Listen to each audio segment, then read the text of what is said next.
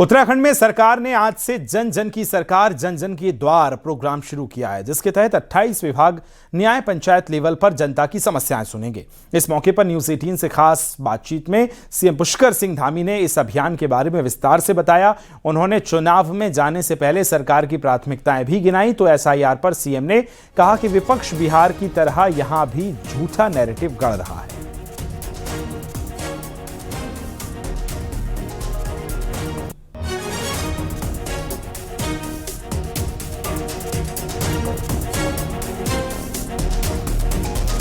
सरकार ने जनता से कनेक्टिविटी का एक नया महाअभियान शुरू किया है, जिसको नाम दिया गया है जन जन की सरकार जन जन के द्वार।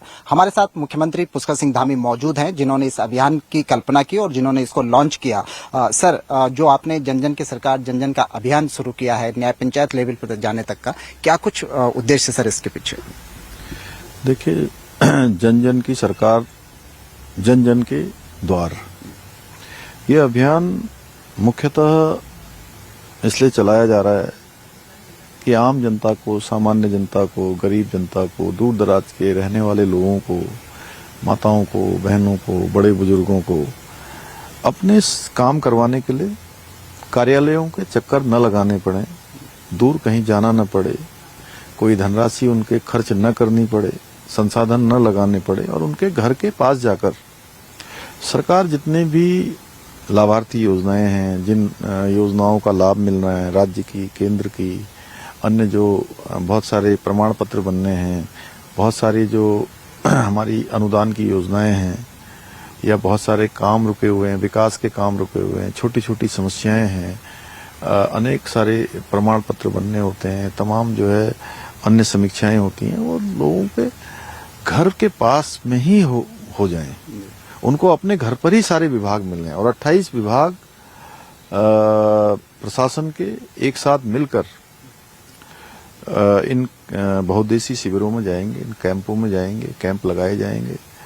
आज से एक अभियान प्रारंभ हो गया है और सभी जिलाधिकारी अपने जिले में इसकी मॉनिटरिंग करेंगे और कमिश्नर मॉनिटरिंग करेंगे, चीफ सेक्रेटरी करेंगे, प्रमुख सचिव मुख्यमंत्री यहाँ से देखेंगे। मैं स्वयं भी लगातार इनसे जुड़ूंगा और प्रमुख हमारे अधिकारी भी शासन के, वो भी इन कैंपों में प्रतिभाग करेंगे। हमारे सारे मंत्रीगण भी जनपद स्तर पर इसकी समीक्षा भी करेंगे, इनमें सम्मिलित भी होंगे।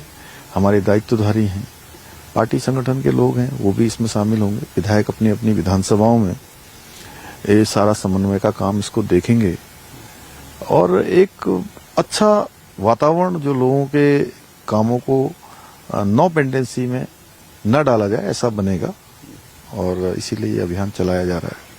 सर, अस्थायित्व के मामले में सरकार के अस्थायित्व की हम बात करें तो आप नरेंद्र तिवारी का भी रिकॉर्ड तोड़ने वाले हैं। हम इस दिसंबर में हैं, अगले दिसंबर में हमें लगता है कि चुनाव आचार संहिता लग सकती है। एक साल का समय आपके पास है, बहुत चैलेंजिंग ये पीरियड होगा। क्या कुछ प्रायोरिटी है सर जिन पर आप फोकस करने वाले हैं?